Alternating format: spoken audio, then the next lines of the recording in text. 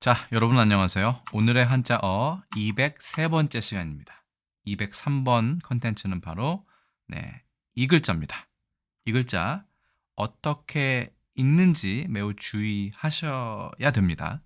자, 일단 이 한자어는 제가 선정한 것이 아니라 얼마 전에 이 보이걸님인가요? 보이걸님이 제안을 해주신 그런 한자어입니다. 잘못 읽는 한자어로 표지를 소개해 주시면 재밌을 것 같습니다. 라고 쓰셨는데 제가 이 부분을 참고하여 표지를 가져왔습니다. 그러니까 이것은 표지라고 읽어야 되는 것이군요. 자, 그래서 이것을 표식이라고 읽으면 안 된다. 이 부분이 오늘 한자어의 핵심 중 하나입니다. 자, 그럼 어떻게 읽는다고요? 표지라고 읽는 것이 올바르다. 너무 헷갈립니다.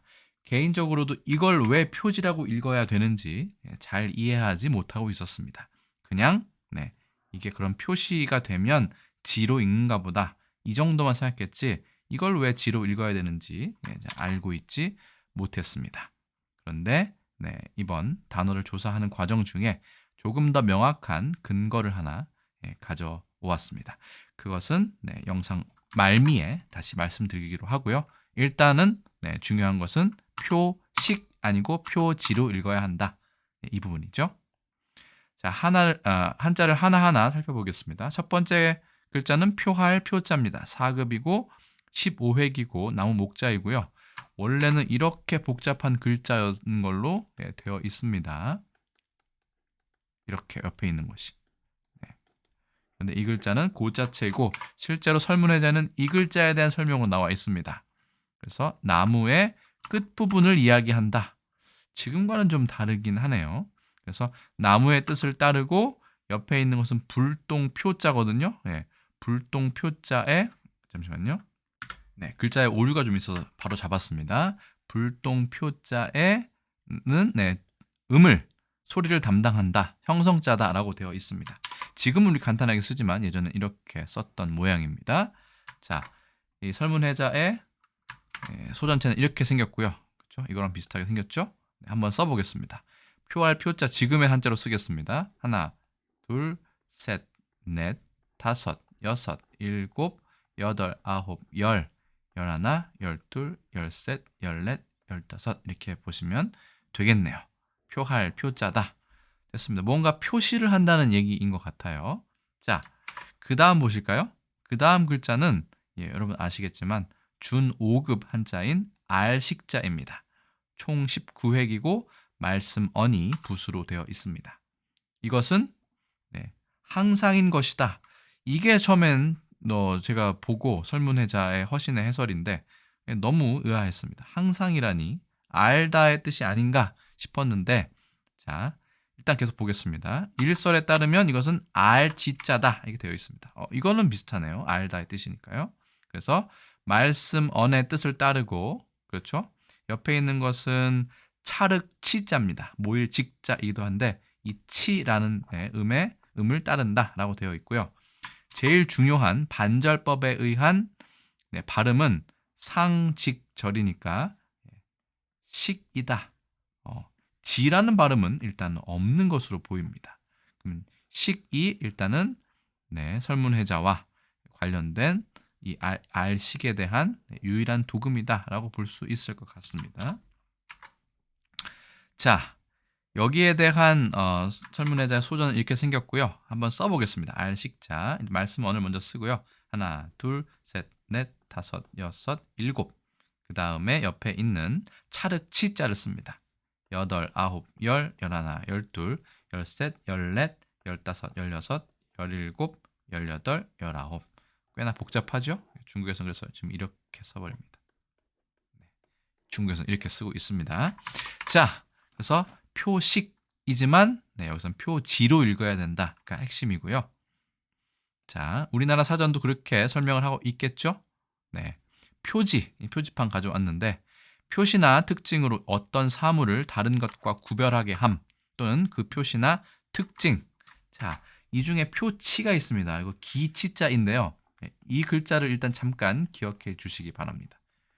뒤에서 아주 중요하게 다룰 개념 중에 하나입니다. 그래서 표치란 말도 표지와 똑같다. 이때는 지로 읽어야 한다. 예문을 볼까요? 통행금지 표지, 공중전화 표지, 사람이 붐비는 곳은 화장실 표지를 눈에 띄게 해야 된다. 우리는 요즘에 표지는 안 쓰고 표시는 많이 쓰는 것 같습니다. 그것도 좀 헷갈리죠. 그러면 표지보다는 뭘 많이 쓰냐? 표지가 헷갈릴 때는 이 단어를 떠올리시면 됩니다. 표식인지 표지인지. 자, 바로 그 전에 죄송합니다. 표지에 철학적인 용어가 하나 있어서 있는데 빼고 가기에는 넘어가기는 좀 그래서 일단 가져왔습니다. 다른 대상과 구별하여 어떤 대상을 확정하고 그것을 인식할 수 있게 하는 표상적 또는 개념적 특성이라고 되어 있는데 글쎄요. 철학적 용어로의 표지는 제가 잘 알지 못하기 때문에 그냥 넘어가도록 하겠습니다. 자, 다시 아까 얘기를 돌아와서 표지인지 표식인지 헷갈릴 때는 이 글자를 떠올리시면 됩니다. 바로 표지판이죠. 표식판이라고는 얘기 안 하니까 표지판을 얘기하면 됩니다. 대신 표시판은 있습니다. 이것도 참 헷갈리긴 하는데 자, 표지판 사전적 정의를 볼까요? 명사 어떠한 사실을 알리기 위하여 일정한 표시를 해놓은 판, 표지판. 그렇죠? 우리 표식판이라고 얘기 안 하죠? 계곡을 따라 표지판대로 오르면 절이 나온다. 대전을 지나며 두 사람은 고속도로 위에서 안개지역이란 표지판이 서 있는 것을 보았다. 최인호의 지구인이라는 작품에 나오는 예문입니다.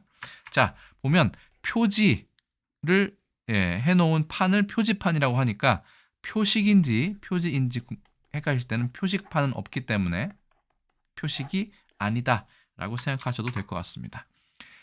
자, 표지를 설명을 하자면 또 표시를 설명하지 않을 수 없을 것 같아서 기왕 조사를 하는 김에 표시에 대해서도 알아보았습니다. 자, 표시입니다. 이건 두 번째 뜻인데요. 표를 하여 외부에 드러내 보인다 라는 이야기입니다. 표시, 경계 표시, 가격 표시, 원산지 표시. 이것도 표지와 좀 비슷한 것 같습니다. 하지만 표지보다는 좀 상징성이 좀 떨어지는 그런 뜻이 있다 볼 수 있겠지만 그래도 많은 부분이 통하고 있습니다. 그리고 이런 표시도 있습니다. 표시 볼까요? 겉으로 드러내 보인다. 이거는 드러낼 표자, 그죠? 우리 표를 보다 할 때 그 표자죠. 겉이란 겉표자입니다. 자, 겉으로 드러내 보이는 것이 표시입니다. 이것은 무언가 그렇죠? 이게 표지판처럼 이렇게 그림으로 나타내는 것이 아니라 성의 표시, 뭔가 이렇게 좀 뭉뚱그려서 보여주는 걸 얘기하죠. 겉으로, 속으로 감추는 것이 아니라 겉으로 한다는 것이 중요한 것이죠. 관심의 표시, 마음에 감추고 있는 것이 아니라 밖으로 드러낸다의 표시입니다. 애정의 표시, 사랑한다, 미안한다, 마음만 가지고 있는 것이 아니라 겉으로 꺼내어 보여주는 것이 표시라고 볼 수 있겠죠. 이 한자의 표시죠. 그렇게 보면 이 표시, 잠시만요. 이렇게는 미묘하게 비슷하지만 미묘하게 다른 부분이 있는 것이죠. 이 표지는 말씀드린 것처럼 표지판처럼 표시나 특징으로 어떤 사물을 다른 것과 구별하게 하는 것을 표지라고 얘기하고요. 여기에 있는 겉표자가 들어간 것은 안에 있는 것을 밖으로 끄집어내는 것을 얘기합니다. 겉으로 드러내 보임. 이 표시는 이 표지와 비슷하지만 표를 하여 외부에 드러내 보이는 것을 이 표시라고 얘기합니다. 그래도 헷갈리죠. 어쨌든 오늘은 이 표지가 주인공이니까 여기에 집중해서 이해하시면 될 것 같습니다. 나머지는 참고만 하시고요. 그래서 표지라는 것을 뉴스에 찾아보니 신문에 되어 있었습니다. 1936년 동아일보인데요. 표지는 겨우 10개 이렇게 되어 있네요. 완년 4,300km의 소만국경. 이건 소련이고 이건 만주인 것 같아요. 소만국경 이렇게 되어 있네요. 그렇습니다. 만몽경. 이거 만은 만주면 이건 몽은 몽고인데요. 만몽경은 더욱 모호불명 이렇게 되어 있네요. 소만국경의 분쟁의 원인은 뭐 이렇게 되어 있고, 예. 어쨌든 이거는 표지로 읽어야 된다. 그 당시는 어떻게 읽었는지 모르겠습니다. 아마 표지로 읽었겠죠. 새벽에만 반짝 학생 토큰 증발. 토큰이라는 말도 참 오랜만에 보네요. 그죠? 영어의 토큰에서 왔죠. 뭐 증표 같은 얘기인데, 네. 예전 분들은 아실 겁니다. 학생 토큰 쓰다가 회수권으로 바뀌었고, 그죠? 성인은 토큰을 썼었죠. 버스에 이렇게 돼가지고 버스 표를 일컫죠. 자, 이건 1979년 경향신문인데요. 가게마다 없음 표시, 표시가 아니죠. 표지라고 읽어야 됩니다. 네, 이 부분이 있어서 제가 가져왔습니다. 표지로 읽는 것, 표지판을 항상 생각하시고요. 그러면 이제 마무리를 해야 될 것 같습니다. 왜냐하면 얘는 왜 표식으로 안 읽고 표지로 읽느냐, 이런 의문이 남아 있죠. 자, 물론 표식이 아니라 표지가 맞다라는 건 설명을 드렸는데, 자, 식일 때는 설문회자에서 이야기한 것처럼 알다란 뜻으로 보시면 될 것 같습니다. 하지만 이 지를 깃발의 뜻으로 보신다면, 깃발 치자죠? 그러면 이거는 뭔가 적다. 깃발을 꽂으면 이곳은 무언가 다른 곳과는 다른, 구분되는 곳이다 라는 그런 표지가 될 수 있겠죠. 어떤 그런 마크가 될 수 있지 않겠습니까? 거기에서 기록하다, 적다의 뜻이 나온 것으로 저는 파악하고 있습니다. 실제로 중국의 발음을 보면 이게 발음이 두 가지가 납니다. 알다라는 뜻을 할 때는 시라고 얘기를 하고요. 적다, 깃발 이럴 뜻, 뭔가 구분되다라고 할 때는 쯔라고 발음을 합니다. 중국에서도 이렇게 발음을 하고 있으니 우리도 자연스럽게 이렇게 발음을 구분한 것으로 저는 보고 있습니다. 하지만 일본은 이걸 구별하지 않고 있다는 것도 이번 조사 과정에서 알 수 있었습니다.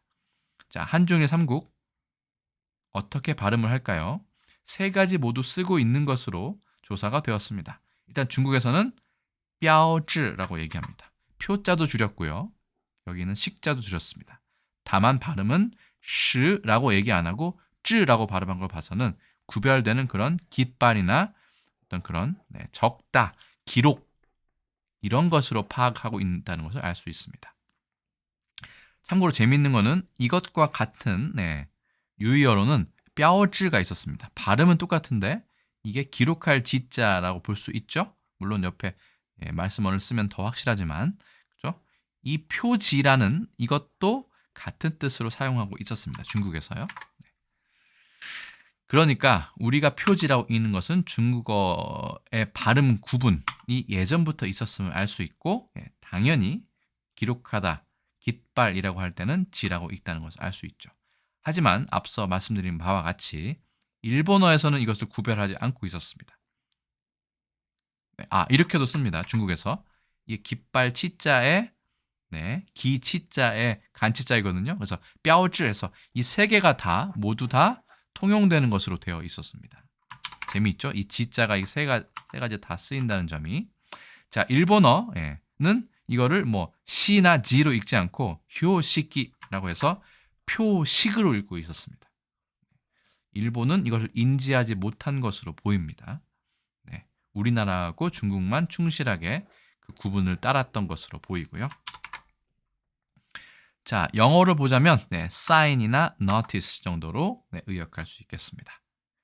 그래서 오늘의 한자어 203번의 경우에는 표알 표자와 알식으로 이루어졌지만 실제로는 깃발지 혹은 적을지로 해석을 해야 돼서 표지로 읽히는 표지에 대해서 알아보았습니다.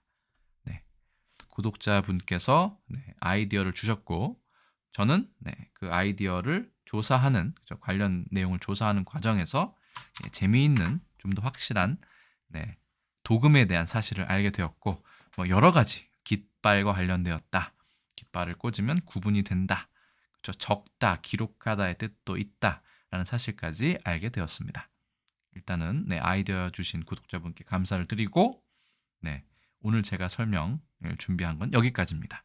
오늘 설명드린 표지 어떻게 명확하게 이해가 되셨는지 모르겠습니다. 또 말씀드리지만 표지가 표지인지 표식인지 헷갈릴 때는 표지판을 떠올리시면 될 것 같습니다. 자, 그럼 오늘의 한자어 203번째 표지에 대한 설명 여기서 모두 마치도록 하겠습니다. 자, 그러면 저는 또 다음에 다른 컨텐츠에서 인사드리겠습니다. 여러분, 안녕히 계세요.